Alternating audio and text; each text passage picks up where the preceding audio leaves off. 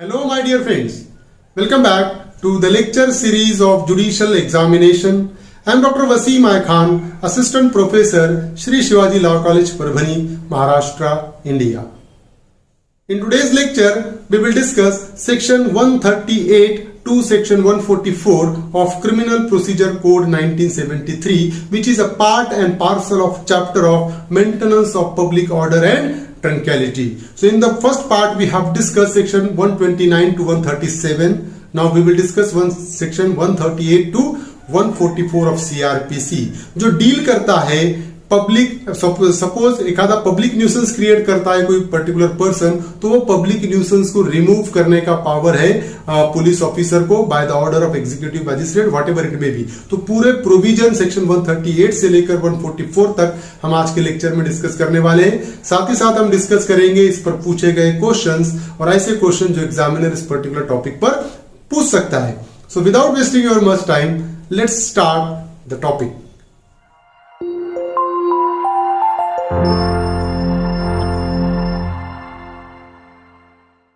Maintenance of public order and tranquility, section 138 to 144. So up to section 137 we have discussed in the previous lecture. Now section 138, procedure where he appears to show cause. So if the person against whom an order under section 133 is made appears and shows cause against the order, the magistrate shall take evidence in the matter as in a summons case. तो for example section 133 का order हमने देखा कि removal of nuisance का अगर order court पास करता है किसी पर्सन के अगेंस्ट में और वो पर्सन अगर कोर्ट में अपीयर होता है और अपीयर होने के बाद रीजन बताता है उस ऑर्डर के अगेंस्ट में कि क्यों उसके अगेंस्ट में ऑर्डर पास नहीं होना चाहिए, अगर ऐसा कोई रीजन बताता है तो magistrate shall take evidence in the matter as in a summons case. तो मैजिस्ट्रेट क्या करेगा, पूरे एविडेंस सुनेगा. और एविडेंस किस तरीके से सुनेगा, समन्स केस में जिस तरीके से एविडेंस सुने जाते हैं उस तरीके से कोर्ट एविडेंस सुनेगा उस पर्टिकुलर केस में. कब, अगर कोई पर्सन शो काज देता है अगेंस्ट द ऑर्डर, जो मैजिस्ट्रेट ने ऑर्डर दिया उसको रिमूवल ऑफ न्यूसेंस का, उसके अगेंस्ट में अगर रीजन बताता है कि क्यों ऑर्डर उसके अगेंस्ट में नहीं दिया जाना चाहिए. Subsection 2 deals with if the magistrate is satisfied that the order either as originally made or subject to such modification as he consider necessary is reasonable and proper, the order shall be made absolute without modification or as the case may be with such modification. तो magistrate पूरा satisfied that the order, अगर magistrate evidence को सुनने के बाद अगर magistrate को ऐसा लगता है कि जो ऑर्डर ओरिजिनली उसने सेक्शन 133 का ऑर्डर पास किया था वो ऑर्डर प्रॉपर है, उसमें कोई मॉडिफिकेशन की ज़रूरत नहीं है, तो वो ऑर्डर को एब्सोल्यूट करेगा without any kind of modification, उसमें कोई भी मॉडिफिकेशन नहीं करेगा और वो ऑर्डर को फाइनल करेगा. या मैजिस्ट्रेट को ऐसा लगता है कि इसमें कुछ मॉडिफिकेशन होना चाहिए ऑर्डर में, तो मैजिस्ट्रेट मॉडिफिकेशन भी कर सकता है, चेंजेस भी कर सकता है. If the magistrate is not so satisfied, no further proceeding shall be taken in the case. अगर मैजिस्ट्रेट सेटिस्फाई नहीं होता है उससे रिलेटेड तो no further proceeding shall be taken in the case, तो उस केस में फर्दर प्रोसीडिंग नहीं होगी. अगर सेटिस्फाई नहीं होता है, फॉर एग्जांपल वो जो उसने कहना है पार्टी का, अगर वो कहने से सेटिस्फाई नहीं होता है तो आगे कोई प्रोसीडिंग कंटिन्यू नहीं की जाएगी. सेक्शन 138 में पूछा गया क्वेश्चन है उत्तराखंड जुडिशियल एग्जामिनेशन 2014 में. If a person against whom an order under section 133 of Code of Criminal Procedure 1973 is made appears and show cause against the order, the magistrate shall take evidence in the matter as in a summons case, take evidence in the matter as a warrant case, take evidence in the manner as a extraordinary case, take no evidence. तो अगर हम देखें जब कभी भी section 133 का order pass होगा किसी पर्सन के अगेंस्ट में और वो पर्सन आके कोर्ट में आके अगर रीजन बताता है तो उसमें एविडेंस किस तरीके से लिए जाएंगे, एविडेंस लिए जाएंगे as a summons case. We have already discussed. Option A is a correct one. Now section 139, power of magistrate to direct local investigation and examination of an expert. So the magistrate may for the purpose of an inquiry under section 137 or section 138, जब कभी भी court section 137 में या 138 में investigation या inquiry का order pass करेगा तो जब कभी भी मैजिस्ट्रेट इंक्वायरी का ऑर्डर पास करेगा सेक्शन 137 में कि इंक्वायरी की जाए कि ये पब्लिक राइट है या प्राइवेट राइट है, वट एवर इट में भी।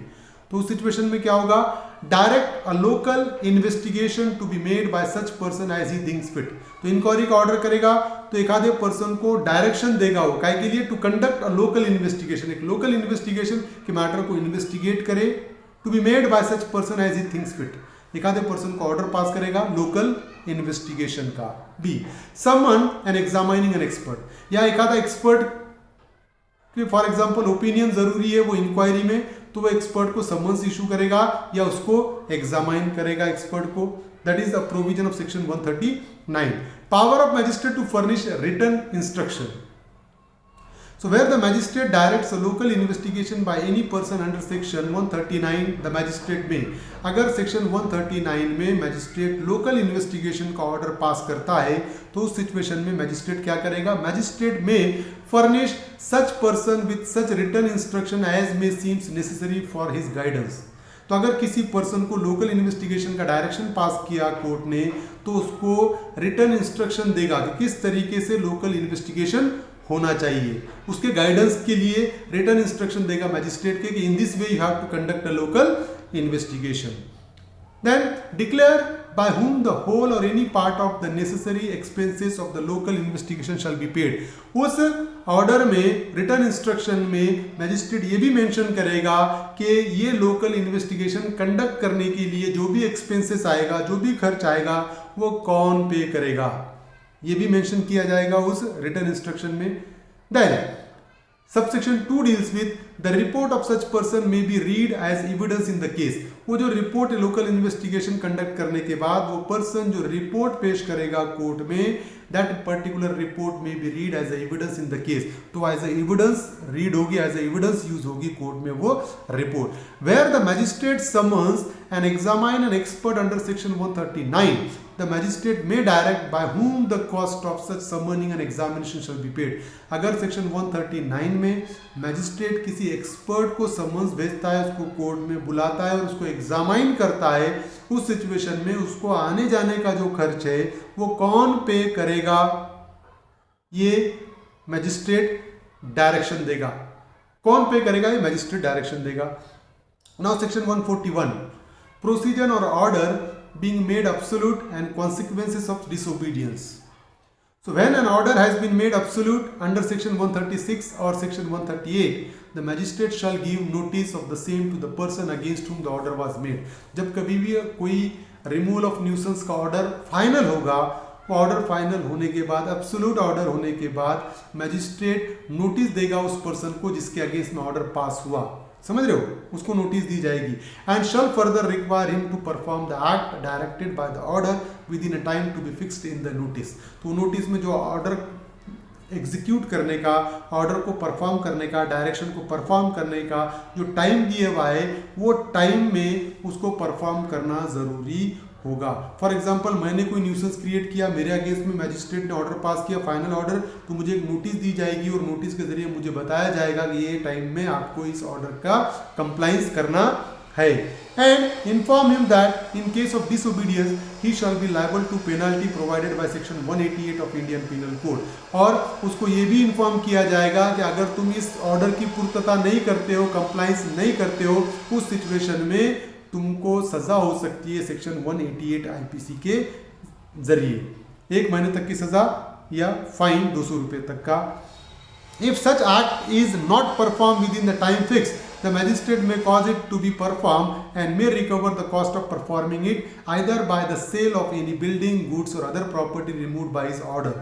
समझ रहे हो, तो अगर वो पर्सन खुद अगर परफॉर्म नहीं करता है एक्ट जो उसको परफॉर्म करने का कहा गया है, तो उस सिचुएशन में मैजिस्ट्रेट खुद ऑर्डर करेगा किसी और पर्सन के जरिए उसको वो एक्ट को परफॉर्म करेगा, और वो एक्ट को परफॉर्म करने के लिए जो भी खर्च आया है वो उस पर्सन से वसूलेगा। अगर वो पर्सन के पास नहीं है तो जो प्रॉपर्टी वो ऑर्डर के जरिए रिमूव किए वाली है उसको बेचकर भी वो ऑर्डर का कॉस्ट वो निकाल सकता है।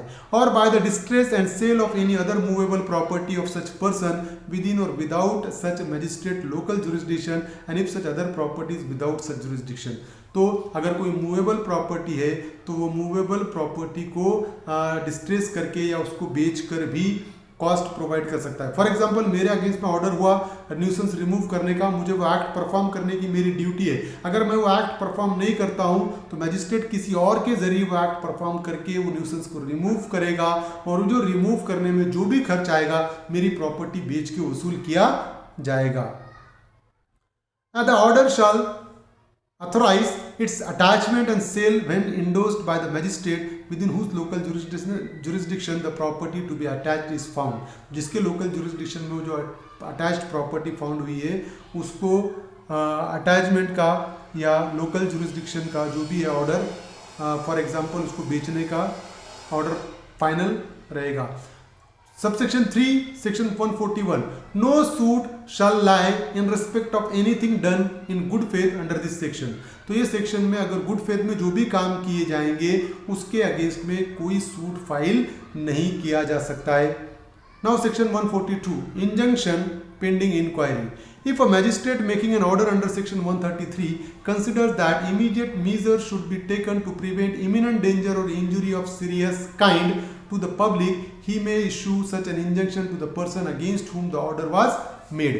तो अगर मैजिस्ट्रेट को ऐसा लगता है कि the magistrate making an order under Section 133 consider that immediate measures should be taken to prevent imminent danger or injury of a serious kind to the public। Magistrate जो सेक्शन 133 में रिमूवल ऑफ न्यूसेंस का order pass कर रहा है, अगर magistrate को ऐसा लगता है कि ये जो न्यूसेंस है इमीडिएटली रिमूव होना चाहिए, अगर इमीडिएटली रिमूव नहीं होगा तो ये पब्लिक हेल्थ को डेंजर पहुंचा सकता है, सीरियस हो सकता है, धोखा हो सकता है जनरल पब्लिक को, तो उस सिचुएशन में he may issue an injunction to the person against whom the order was made. तो वो जो पर्सन के अगेंस्ट में ऑर्डर पास हुआ है उसके अगेंस्ट में इंजंक्शन का ऑर्डर भी पास कर सकता है। एज इज रिक्वायर्ड टू ओबिएट और प्रिवेंट सच डेंजर और injury pending the determination of the matter, या उस जो as is required to obviate or prevent such danger or injury pending the determination of the matter। तो मैटर डिटरमाइन करना है court को, वो पेंडिंग है, तो वो जो पर्टिकुलर चीज है जिसके चलते डेंजर हो सकता है या इंजुरी हो सकती है पब्लिक को, उसको प्रिवेंट करने का ऑर्डर भी पास कर सकता है। Subsection 2, in default of such person forthwith obeying such injunction the magistrate may himself use or cause to be used such means as he thinks fit to obviate such danger or to prevent such inquiry। तो अगर magistrate को ऐसा लगता है कि इस nuisance के जरिए जनरल पब्लिक को डेंजर हो सकता है या उनको नुकसान हो सकता है, तो मैजिस्ट्रेट क्या करेगा, उसको रिमूव करने का, इमीडिएटली उसको प्रिवेंट करने का ऑर्डर पास कर सकता है। No suit shall lie in respect of anything done in good faith by magistrate under this section.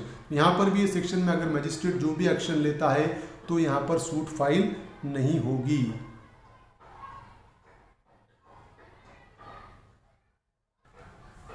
A district magistrate, section 143 deals with magistrate may prohibit repetition or continuance of public nuisance।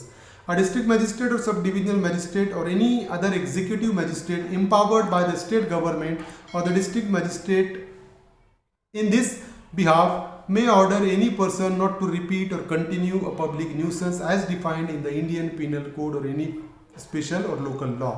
तो यहाँ पर district magistrate या sub divisional magistrate या कोई executive magistrate जिनको state government ने specially power दिया है, तो उस सिचुएशन में क्या होगा कि वो ऑर्डर पास कर सकते हैं not to repeat and continue a public nuisance, public nuisance को कंटिन्यू ना करने का ऑर्डर पास कर सकते हैं। सपोज मैंने अगर पब्लिक न्यूसेंस किया तो मुझे ऑर्डर दे सकते हैं कि not to repeat the same, वो वापस मैंने नहीं करना चाहिए, तो ये ऑर्डर पास कर सकते हैं सेक्शन 143 में। प्रोबेबल क्वेश्चन है सेक्शन 143 पे कि under which section of criminal procedure code 1973 magistrate may prohibit repetition or continuance of public nuisance. तो section 143 is a correct answer. Power to issue order in urgent cases of nuisance of apprehended danger, section 144।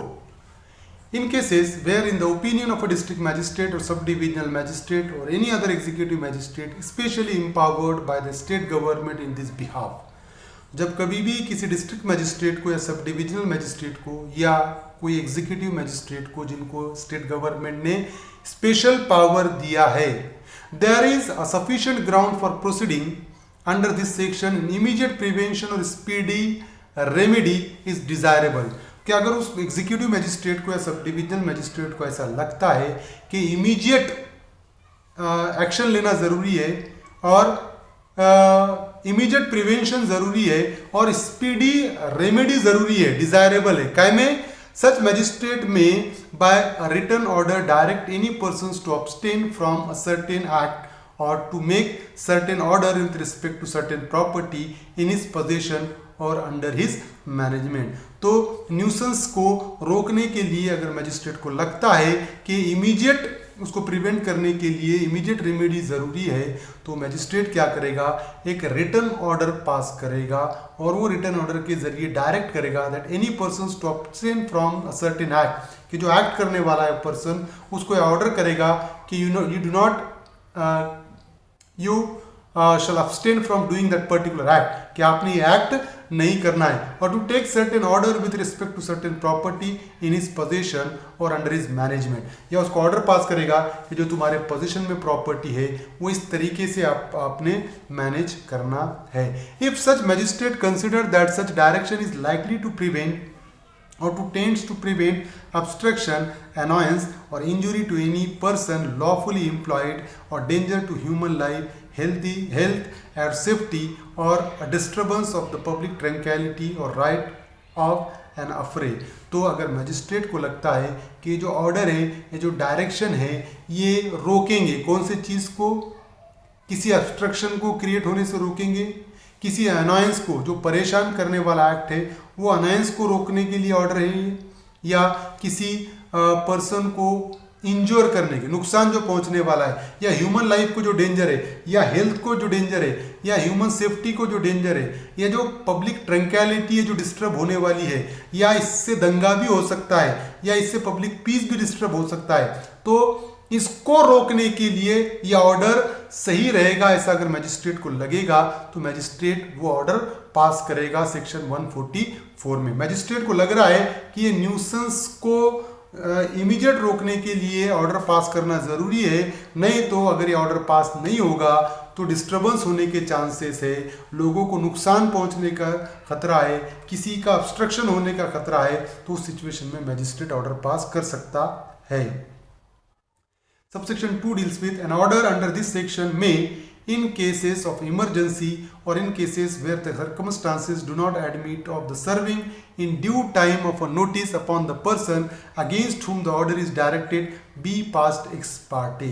अगर वो particular magistrate को ऐसा लगता है कि emergency है और फॉर एग्जांपल ये जो ऑर्डर है, ये जो रिटर्न ऑर्डर है उस पर्सन तक पहुंचेगा नहीं, समझ रहे हो, an order under this section may in cases of emergency or in cases where the circumstances do not admit of the serving in due time of a notice upon the person against whom the order is directed, be passed ex Partey.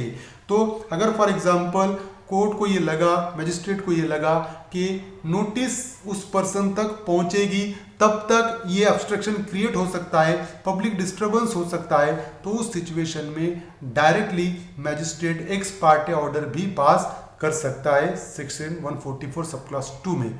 सब clause 3 deals with an order under this section may be directed to a particular individual or to person residing in a particular place or area or to the public generally when frequenting or visiting a particular place or area। समझ रहे हो कि अगर ये order किसको direct किया जा सकता है, ये किसी इंडिविजुअल के अगेंस्ट में भी ऑर्डर किया जा सकता है कि जो वो पर्टिकुलर इंडिविजुअल है जो वो प्रॉपर्टी पे रहता है, और to person residing in a particular place और एरिया, और एक पर्टिकुलर प्लेस और एरिया में जो रहने वाले लोग हैं उनके अगेंस्ट में भी ऑर्डर पास कर सकता है, डायरेक्शन पास कर सकता है, और to the public generally when frequenting or visiting a particular place और एरिया। अगर पब्लिक जनरल के अगेंस्ट में भी मजिस्ट्रेट ऑर्डर पास कर सकता है, कब, जब वो लोग फ्रीक्वेंटली वो पर्टिकुलर प्लेस पे विजिट करते हैं या वो पर्टिकुलर प्लेस को यूज करते हैं, तो उस सिचुएशन में पब्लिक के अगेंस्ट में भी ऑर्डर कर सकता है कि ऑब्स्ट्रक्शन क्रिएट आपने नहीं करना है, वो प्लेस पे आपने नहीं जाना है, लाइक दैट। इस तरीके का ऑर्डर पास कर सकता है। Sub clause 4, no order under this section shall remains in force for more than 2 months from the making thereof. जब कभी भी मैजिस्ट्रेट ऑर्डर पास करेगा तो वो ऑर्डर ज्यादा से ज्यादा 2 महीने तक फोर्स में रहेगा। आज ऑर्डर पास किया, 2 महीने तक। State government for preventing danger to human life, health or safety, or for preventing a riot or an affray may direct that an order made by a magistrate under this section shall remain in force for such further period not exceeding 6 months।